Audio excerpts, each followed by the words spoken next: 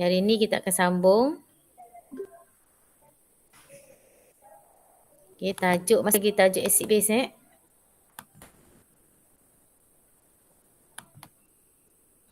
Okay.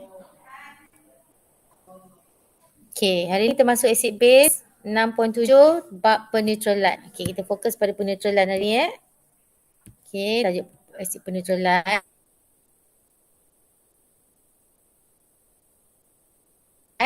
Okay, saya ambil satu je tajuk.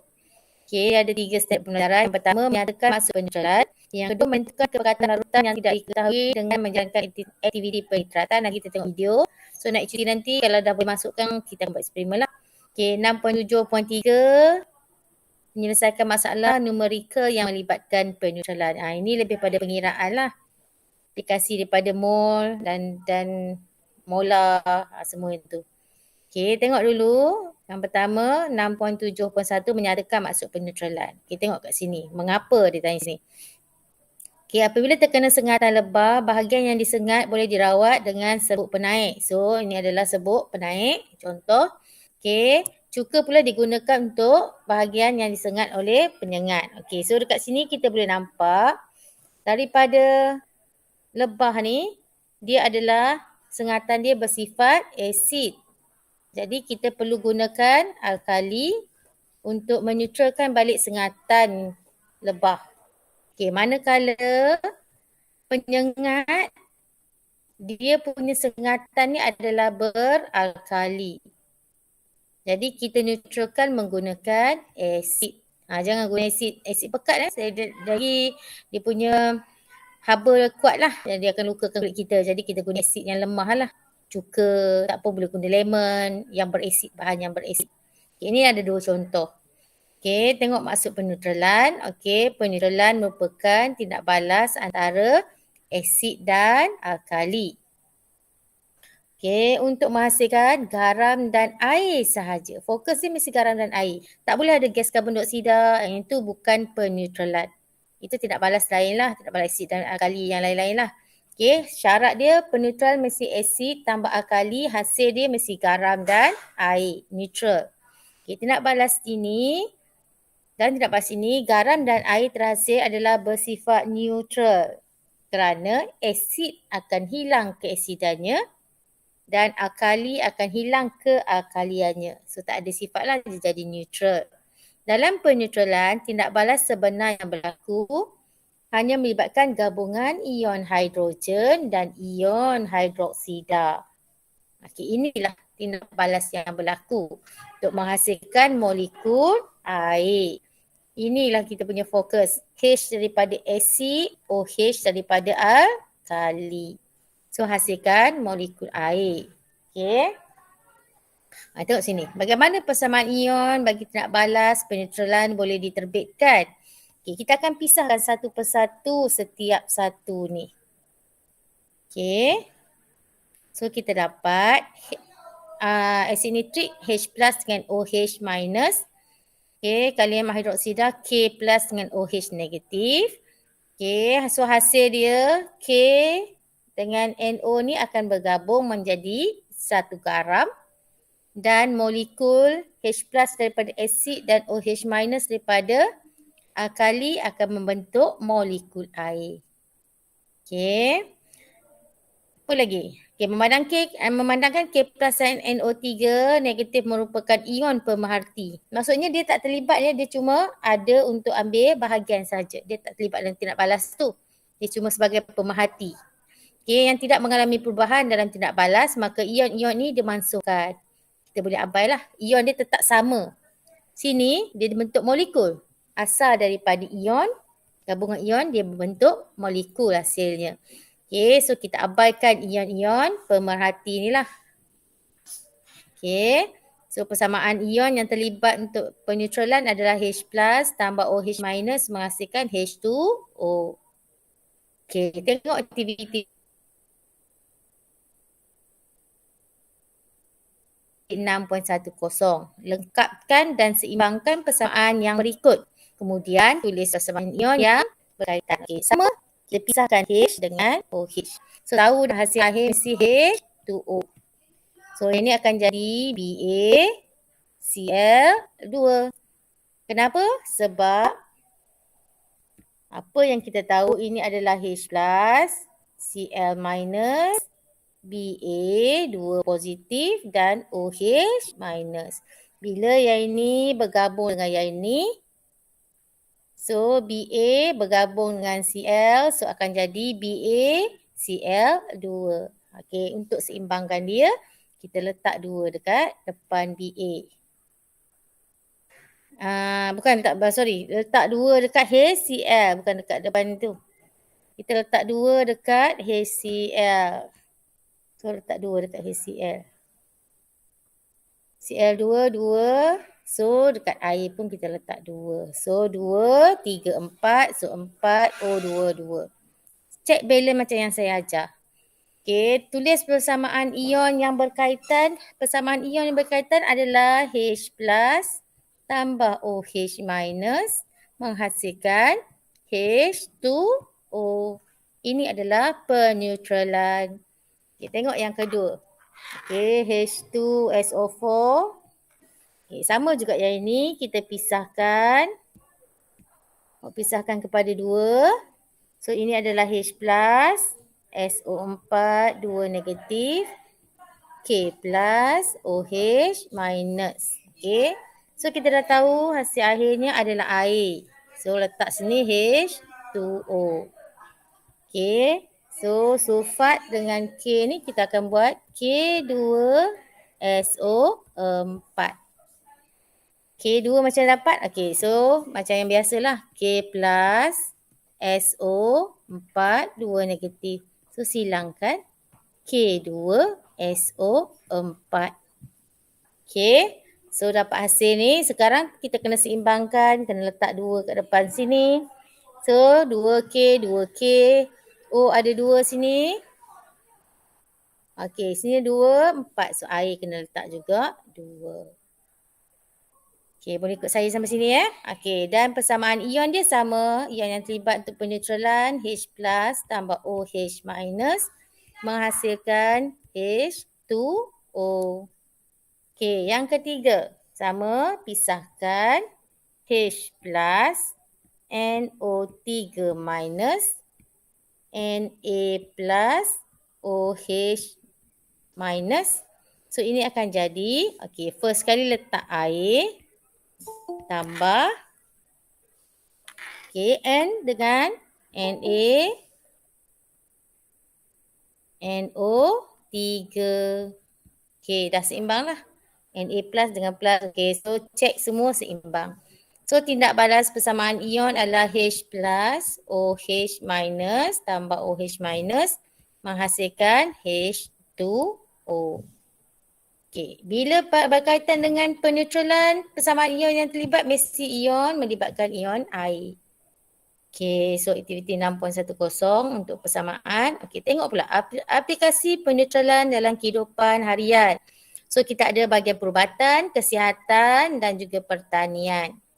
Okay, contoh perubatan ni susu magnesium. Okay, susu magnesium MgOH2 meredakan kesakitan gastrik. Dia bagi ubat gastrik lah. Dengan meneutralkan lebihan asid hidroklorik dalam perut. Okay, kesihatan rambut. Akali lemah di dalam shampoo meneutralkan asid pada rambut. Kepala kita ada berasid lah sebab kita ada peluh yang keluar daripada badan. Okay, ubat gigi mengandungi base yang meneutralkan asid laktik yang dihasilkan oleh bakteria dalam mulut.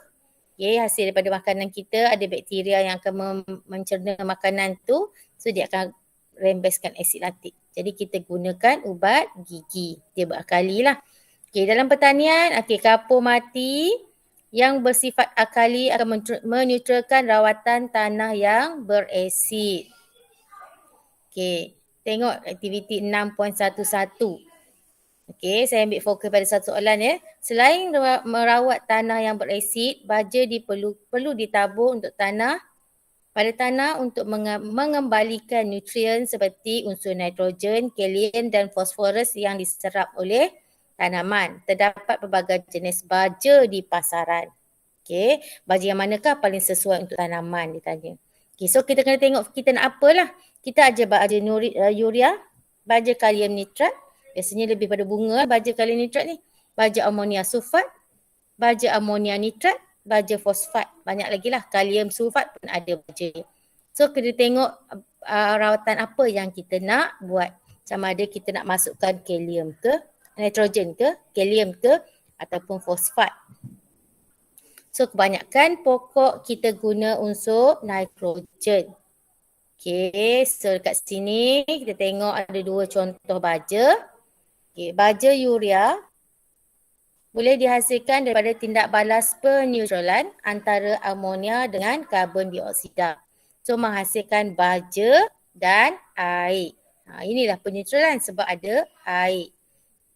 Okay, baja ni dikenali sebagai garam lah, sejenis garam lah. Okay, amonia nitrat dihasilkan daripada tindak balas peneutralan antara larutan amonia dengan asid nitrik. Okay, so dapat amonia nitrat. Dalam aquas ni, dalam ni ada air. So dia boleh menunjukkan sifat dia lah. Okey, daripada dua contoh baja ni, kita tengok baja, bagi memilih baja yang terbaik, kita lihat peratus nitrogen mengikut jisim yang tinggi. Okey, contoh kat sini baja urea, nitrogen ada 2, so 2 kali 14. Okey, ini adalah jisim dia. Karbon 12, tambah oksigen 16, tambah nitrogen 2 kali 14 tambah 2. Okey, so dapat ni kita kira peratus dapat 46.67%. Okey, amonia nitrat pula. So jisim dia juga 2 nitrogen kat sini. So sama. So jisim molar dia yang kita tengok. So nitrogen ada 2, 14 tambah 4H tambah 14 tambah 3 kali oksigen. So peratus dapat 35. Dalam kes ni baja yang sesuai, yang lebih baik adalah baja urea yang digunakan. Okey, ni kalau dia minta tanya awak berkaitan dengan baja yang sesuai lah. Biasanya kandungan nitrogen tu bagus untuk tumbuhan. Dia akan menggalakkan akar dan sebagainya lah. Tapi kalau kamu nak guna baja bunga, dia sesuai untuk jenis kalium. Okey, so kena tengok jugalah. Okey. 6.7.2 menentukan kepekatan larutan yang tidak diketahui dengan menjalankan aktiviti pentitratan. Okey, inilah eksperimen yang patut kamu buat. Okey, kaedah pentitratan adalah kaedah merupakan kaedah analisis kuantitatif, melibatkan kuantiti untuk menentukan isi padu asid yang diperlukan secara tepat bagi meneutralkan isi padu tertentu suatu alkali atau sebaliknya. Maksudnya kita ada asid nak tentukan alkali ataupun daripada alkali nak tentukan asid. So kita ada dua, satu kita tentukan kemolaran ataupun kita tentukan isi padu yang nak guna. Okey, takat yang mana proses peneutralan berlaku dan penunjuk asid base bertukar warna disebut takat akhir. Bila dia berubah tu sampai takat akhir dia adalah neutral. Setakat akhir dicapai, semua ion hidrogen meneutralkan semua ion hidroksida dengan lengkap untuk menghasilkan molekul air. So dia tak berasid, tak beralkali. Tapi kalau kamu terlebih letak asid, dia akan jadi berasid lah. Kalau terkurang asid, terlebih alkali, dia akan jadi beralkali. So penitratan adalah proses nak dapatkan dia paling tepat sekali. Okey, ini saya nak tunjukkan kat kamu eksperimen. Eksperimen pentitratan, okey, menentukan kepekatan larutan kalium hidroksida melalui penitratan asid base. Okey, kita tengok sama-sama lah. Ya, dalam 3 minit lebih. InsyaAllah hari ini kita akan membuat eksperimen pentitratan asid dan base. Antara bahan-bahan yang radar-radarnya ialah kaki retod dan pemegang kaki retod, kertas putih, gurek, pipet 25 cm padu, kelalang kon 250 cm padu, asid sulfurik 0.1 mol di air padu. Okey, dia gunakan asid sulfurik ya. Larutan kalium hidroksida dan akhir sekali penunjuk phenolphthalein. Langkah 1. Bilas sebuah gurek yang bersih dengan sedikit asid sulfurik 0.1 mol di air padu.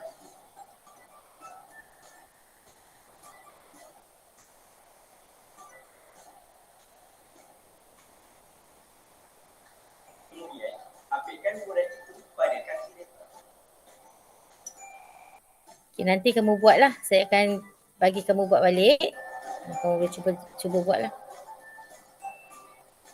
Isi buret itu dengan asid sulfurik 0.1 mol di air padu.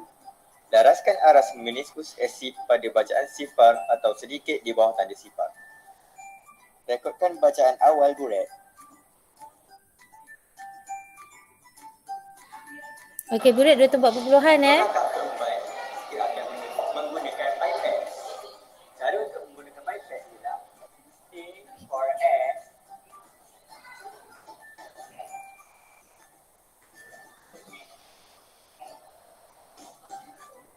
S for sum,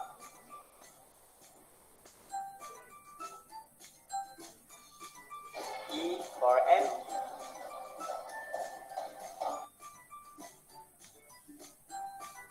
pipetkan 25 cm padu larutan kalium hidroksida ke dalam sebuah keran langkun.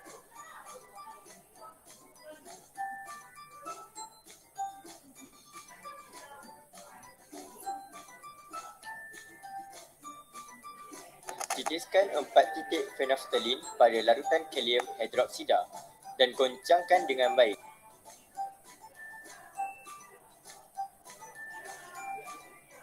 Okey, goncang dia lenggang je ya. Awak jangan goncang kocak kuat. Dengan berhati-hati dan perlahan dari buret ke dalam keran langkun. Usahakan keran langkun itu sepanjang penetratan. Apabila warna campuran menjadi pudar, tambahkan asid sulfurik setetek demi setitik sambil membesarkan keran langkun itu. Perhatikan perubahan warna campuran itu dengan teliti. Hentikan penambahan asid sulfurik sebaik sahaja larutan di dalam keran langkun berubah menjadi tidak berwarna. Ini merupakan takat akhir. Kemudian, rekodkan bacaan akhir buret.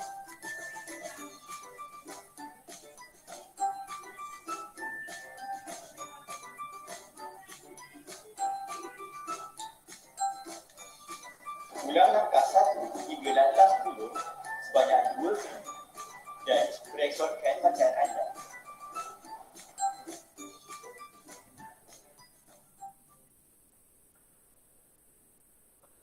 Okey, so dah dapat tengok. So ulang 3 kali eksperimen. So kita dapat lesi padu berapa yang kita perlu guna. Okey. Bismillahirrahmanirrahim. Asid dan base. Minta. Bismillahirrahmanirrahim.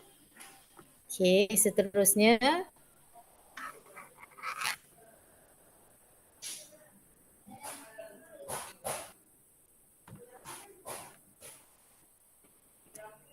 Okey, tengok pula sini. Takat air penitratan juga boleh tentukan dengan kaedah-kaedah berikut. Okey, dan saya silap sikit sini. So, kaedah-kaedah berikut.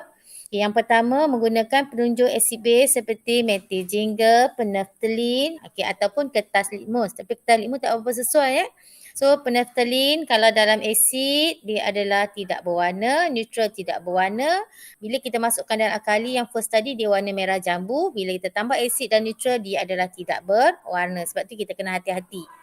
Okey, metil jingga, yang ni lagi mudah lah. Metil jingga, bila kita masuk dalam alkali, warna kuning. Bila dia neutral, dia warna jingga. Dan bila dia berlebih ataupun berasid, dia akan kembali pada warna merah. Itu yang pertama. Okay, yang kedua, kita boleh gunakan nilai pH larutan semasa penilatan dengan alat antara muka berkomputer. Okay, alat pH meter macam ni lah. So masukkan pH meter, dia akan rekodkan bacaan. So bacaan akan dapat bacaan pH akhir sekali daripada kosong. Kalau kita mula daripada asid akan dapat daripada kosong lah. Kosong. 1 sehingga 7. Dia akan turun ke 7. Ini dah cukup neutral. Lepas tu dia akan balik tambah ke 14. Okey, sama juga yang ketiga menggunakan kekondeksian elektrik semasa penitratan. Okey, takat akhir dia masa di sini ya. Masa dia neutral, dia tidak berasid dan dia tidak dapat mengalirkan arus elektrik sebab dia neutral. So bila dia bergerak arus elektrik balik, dia akan bersifat alkali ataupun bersifat asid kembalilah. Tengok bahan yang kita sediakan. Okey, 7.1 6.7.3 menyelesaikan masalah numerikal yang melibatkan peneutralan. Okey, so yang ini yang penting. Okey, ada dua kaedah. Kaedah pertama dan kaedah yang kedua. Poin yang pertama, bina persamaan ni kedua-dua poin kena ada. So first kali bina persamaan yang seimbang. Okey, poin yang kedua, cari bilangan mol, buat perkaitan, kira kepekatan ataupun isi padu yang dikehendaki. Ataupun kita bina persamaan dan kita guna rumus. Rumus dia MAVA per MB VB sama dengan A per B. Kaedah ni boleh guna ataupun awak boleh guna kaedah 1. Okey. A ni adalah nombor mol yang di depan persamaan kita. Perkali kita lah. Okey. MAVA untuk asid. MBVB untuk alkali. A untuk asid, perkali asid. B untuk perkali alkali. Okey, tengok saya buat contoh kalau kat sini. Contoh 14. Okey, 20 cm padu larutan natrium hidroksida. Okey, natrium hidroksida. Dineutralkan dengan asid hidroklorik 0.2 mol. Hitungkan isi padu asid hidroklorik. HCl yang diperlukan dalam tindak balas peneutralan ini. Okey, saya buat persamaan dulu. HCl tambah NaOH menghasilkan NaCl tambah H2O. So dekat depan sini adalah 1. Tak ada nombor 1 lah. Sini pun adalah 1. Okay, so saya masukkan maklumat yang saya ada. Okay, kita ada dekat sini asid kita ada natrium hidroksida. V dia adalah 20. Molaritinya adalah 0.25. Okay, asid kita ada, V kita nak cari. Molaritinya adalah 0.2.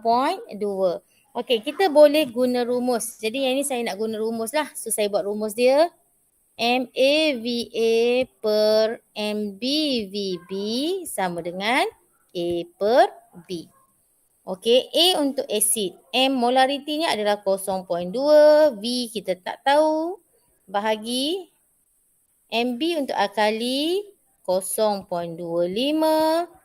V dia adalah 20.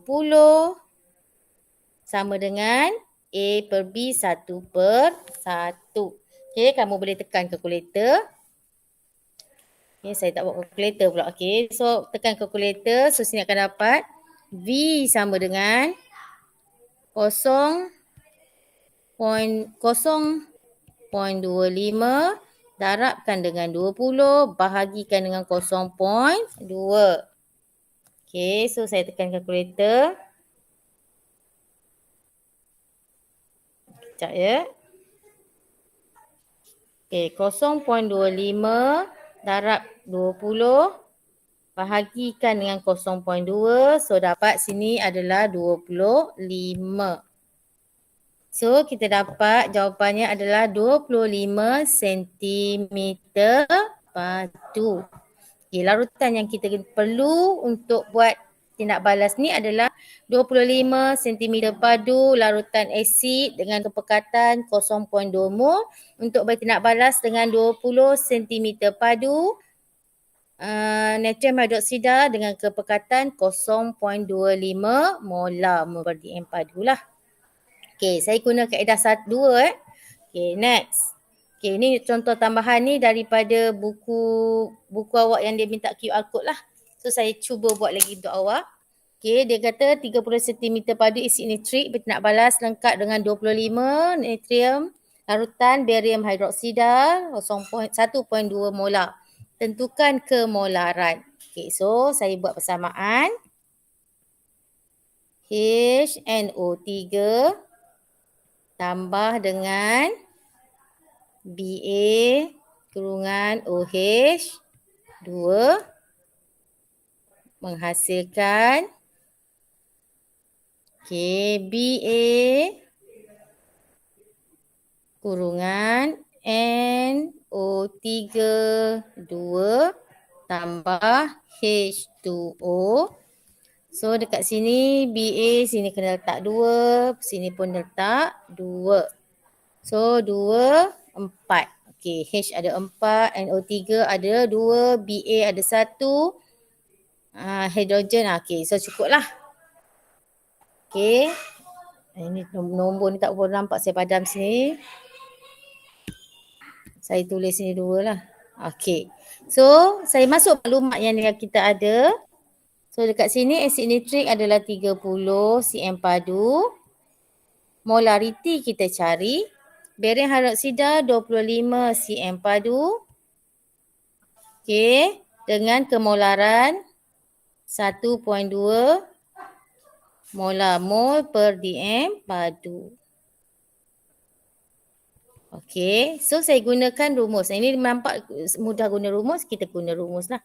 So guna rumus MAVA per MBVB sama dengan A per B. Okey, so untuk asid dulu. Molariti kita cari, isi padu adalah 30 bahagi barium. Molariti dia adalah 1.2, isi padu adalah 25. So A dekat asid 2, dekat alkali adalah 1. Okay, so kita guna kalkulator. So ini akan jadi M sama dengan 1.2 kali 25 kali dengan 2. Ini saya naikkan ke atas. So pindahkan 30 ni ke bawah. So bahagikan dengan 30. Okay, so 12 kali 1.2 kali dengan 25 kali dengan 25 kali dengan 2 bahagikan dengan 30. So saya dapat 2. Jadi dekat sini kemolaran yang kita dapat adalah 2 mol per dm padu. Okey, so ini untuk cari kemolaran. Kita tengok pula contoh 15. Okey. 4.05 gram zinc oksida diperlukan untuk melengkapkan penitratan 50 cm padu asid nitrik. Hitungkan kepekatan asid dalam mol per dm padu. Okey, sekarang kita buat tindak balas dulu. Tulis dulu tindak balas. ZnO tambah HNO3. Kita akan hasilkan Zn NO3 kurungan 2 tambah H2O. Okey, bila kata peneutralan mesti ada air. Okey, so yang ni nak seimbangkan kena letak 2 dekat sini lah. Okey, masalah kita tak boleh guna MAVA sebab dia bagi kat kita 4.05 gram zinc. Okey, yang ini dia bagi 50 sahaja sentimeter padu. Dia minta molariti. Okey, so kita guna kaedah 1. Gram kita tukarkan kepada mol. Okey, so sama dengan 4.05 bahagi. Okey, zinc ni adalah, saya tengok dia berapa color. Jisim zinc adalah 65 tambah oksigen adalah 16. Okay, so 65 tambah 15. Okay, 80. Jadi 4.05 bahagikan dengan 80 dapat sini 0.05 mol. Okay, step pertama cari mol. Step kedua kita buat kaitan. Okay, sekarang kita fokus asid dengan zinc. Okey, jadi kita bagi tahu dari persamaan 1 mol zinc menghasilkan adalah 2 mol HNO3. Okey, kalau saya guna 0.05 mol zinc menghasilkan berapa mol asid nitrik. So dari pengiraan lah ni. Okey. So berapa kita dapat? Jadi kita buatlah. 1 bahagi dengan 0.05 sama dengan 2 bahagikan dengan X. Jadi X sama dengan 2 darab dengan 0.05. So dapat 0.1 mol. Okay, so kita dapat 1 mol. Okay, bila dapat 1 mol, kita kaitkan tajuk yang sebelum ni. Mol sama dengan MV per 1000. Okay, mol kita ada 0.1. Molariti kita nak cari isi padu adalah 50 bahagikan dengan 1000. Okay, so dia tekan kalkulator.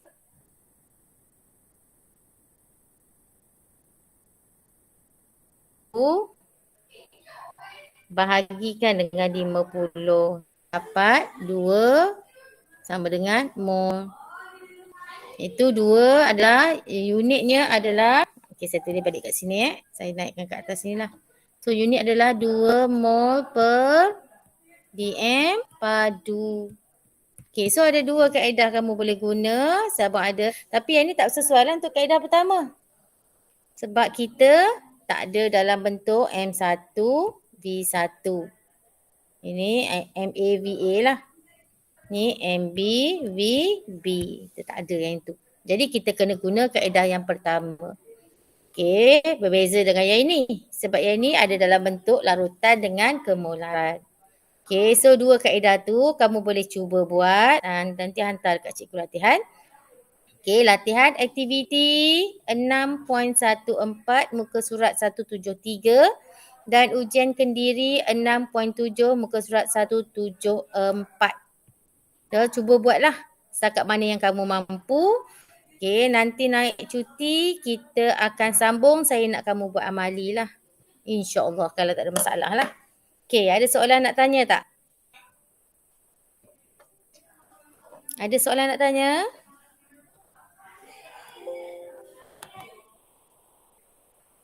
Tak ada, Ego. Okey, so kita akan berhenti dekat situ dulu.